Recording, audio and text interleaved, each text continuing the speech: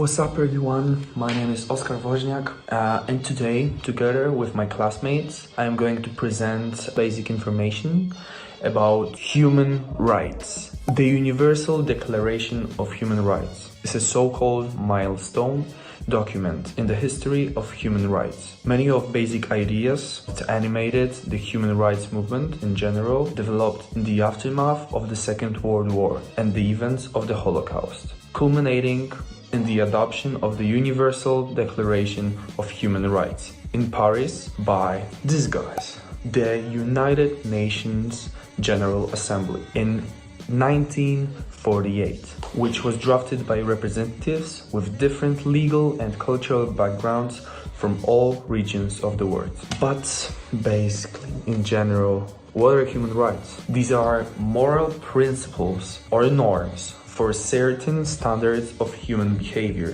which are regularly protected in municipal and international law. They are commonly understood as fundamental rights, and here I quote, to which a person is inherently entitled simply because she or he is a human being, and which are inherited, and here again I quote, inherited in all human beings, regardless of age, ethnic origin, location, language, religion, ethnicity, or any other status, basically any human being. They are supposed to be, of course, applicable everywhere and at every time in the sense of being universal. And here is like a problem, because some thinkers suggest that human rights should be a minimum requirement, and you know, it's like in the Western countries, not only Western but developed ones. In the developed countries,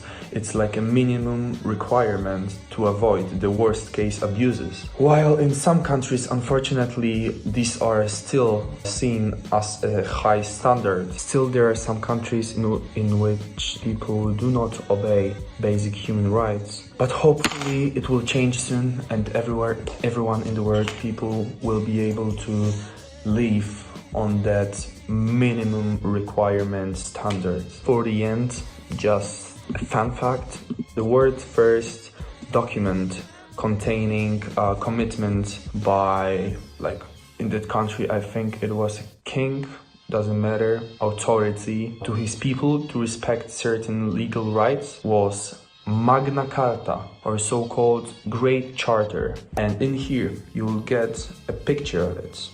So that was like an introduction, basic information for a start about human rights. I hope you liked it, and I hope you will like the next parts. See you. So, what types of human rights are there? Human rights can be divided into different categories, one of those being civil and individual rights, which encompass the security and liberty of an individual. These might include the privacy, freedom of thought, freedom of religion, as well as freedom from slavery and torture. Another category is the rule of law, which guarantees equal recognition and protection within the law, which for example means the prohibition of arbitrary arrest, as well as an impartial hearing and trial. The third category is rights of political expression, which encompass voting rights, as well as freedom of expression and the right to assembly, as well as the right to take part in government. The fourth category is economic and social rights, which include an adequate standard of living, free choice of employment, the right to join and form trade unions, as well as any type of social security. And finally, the last category is the rights of communities, which encompass the self-determination and protection of minority cultures. However, a distinction can be made between positive and negative rights, positive rights being those which refer to rights that the state must provide, such as food, healthcare, or education, while negative rights refer to the freedom from certain things, such as slavery, suppression, or torture. International law, also known as public international law or law of nations, is a system of treaties and agreements between nations that governs how nations interact with other nations, citizens of other nations, and businesses of other nations. It is important to note that it primarily, but not exclusively, is applicable to nations rather than individuals themselves. International law falls into two different categories: private international law and public international law. Private international law deals with controversies which arise between private entities, such as organizations which have a significant connection to more than one nation. An example of a lawsuit was a toxic leak in Bhopal, India, caused by Union Carbide, a US corporation. Public international law concerns relationships between nations. They take care of matters such as international behavior, the laws of the sea, economic law, diplomatic law, environmental law, human rights law, and humanitarian law. Some principles of the public law are written down in treaties. However, there are also some which aren't written down anywhere, called the customary law. There are a few international organizations which enforce the international law, the most notable one being the United Nations. Just cogence, also known as peremptory norm, is the fundamental principle of the international law that is accepted by the international community of states as a norm from which no derogation is permitted. There is no universal agreement regarding precisely which norms are just cogence, nor how a norm reaches that status, but it is generally accepted that just cogence bans genocide, maritime piracy, which is the plundering or hijacking of a ship on international waters, enslaving in general, wars of aggression, territorial aggrandizement, torture, and refoulement. The latter forbids a country receiving asylum seekers from returning them to a country in which they would be in likely danger of persecution.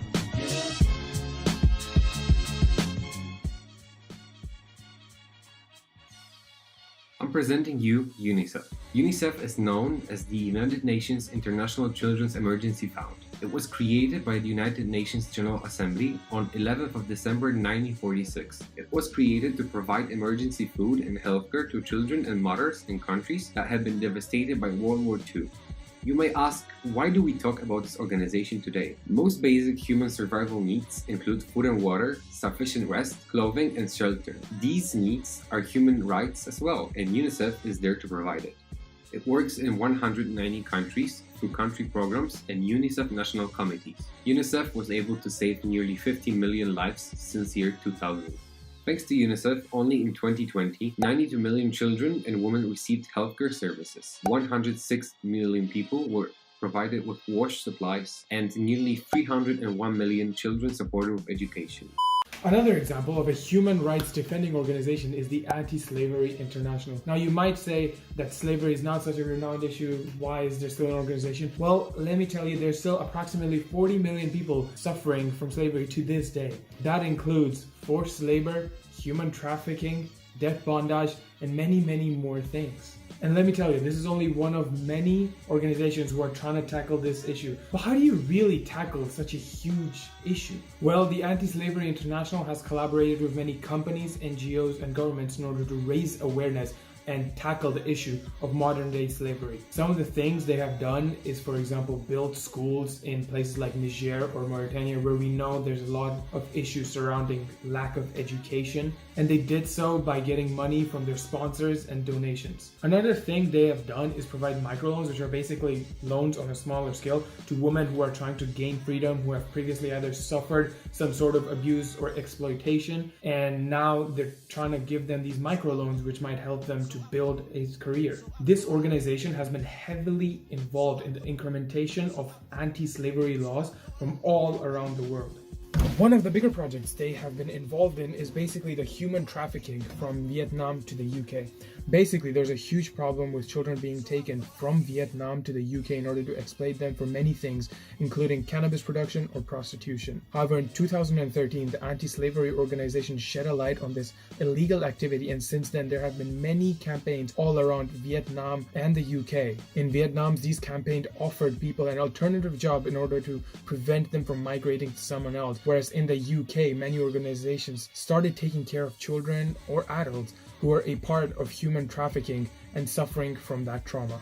Another project they have been involved in is the issues surrounding workers who migrate from Nepal to Lebanon being exploited via long working hours and horrible living conditions. As of right now, there are over 200,000 women living in Lebanon who have migrated from Nepal for job opportunities. What the anti-slavery organization has done is collaborate with the CAFA, who do many things supporting women who are abused and exploited in Lebanon. Even in Nepal, they have started raising awareness about migration and started teaching potential migrants how to deal with risks and how to claim their rights. Moreover, they have been involved in talks with the government of Nepal and Lebanon to change rules related to migration and the exploitation of workers. Even last year during the pandemic, where we know a lot of people have suffered, they have done things like provide 1,500 children full-time education in Niger, or provide health and hygiene kits in Senegal, and even have provided food supplies in Nepal. The reason why I picked this organization is because it is diverse with its actions. It's not strictly bound to anti-slavery, but it's also involved in many other aspects of people suffering. And they have been operating for over 180 years, which basically makes them the world's oldest human rights organization. But if you want to get to know more and maybe even help, check out their website. It's going to be on the screen, and yeah. Amnesty International is an international non-governmental organization with its headquarters in the United Kingdom, focused on human rights. The organization says it has more than 7 million members and supporters around the world. The stated mission of the organization is to campaign for a world in which every person enjoys all of the human rights described in the Universal Declaration of Human Rights and other international human rights instruments. Amnesty International was founded in London in 1961 following the publication of the article The Forgotten Prisoners in The Observer on 28 May 1961 by the lawyer Peter Benenson. Amnesty draws attention to human rights abuses and its campaigns for compliance with international laws and standards. It works to mobilize public opinion to generate pressure on governments where abuse takes place. Amnesty considers capital punishment to be the ultimate, irreversible denial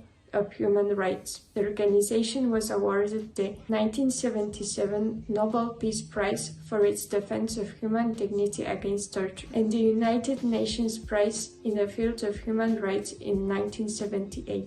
The International Federation for Human Rights is a French non-governmental human rights organization founded in 1922. It is the second oldest international human rights organization. The organization is made up of over 184 member organizations in over 100 countries. Its headquarters are located in Paris, and its current president is Alice Mogwe. It's independent from any government and is funded mostly by donations. Its total yearly income estimates over 3 million euros. Its purpose is to promote respect for all the rights set out by the Universal Declaration of Human Rights. Amongst its other priorities are the protection of human rights defenders, protection of women's rights, protection of migrant rights, protection of democratic principles, and promotion of effective and fair judicial systems. The organization achieves its goals through the use of various methods, including but not limited to monitoring and promoting human rights, assisting the victims, providing support and training to other human rights organizations, opening dialogues with the government, and generally raising awareness.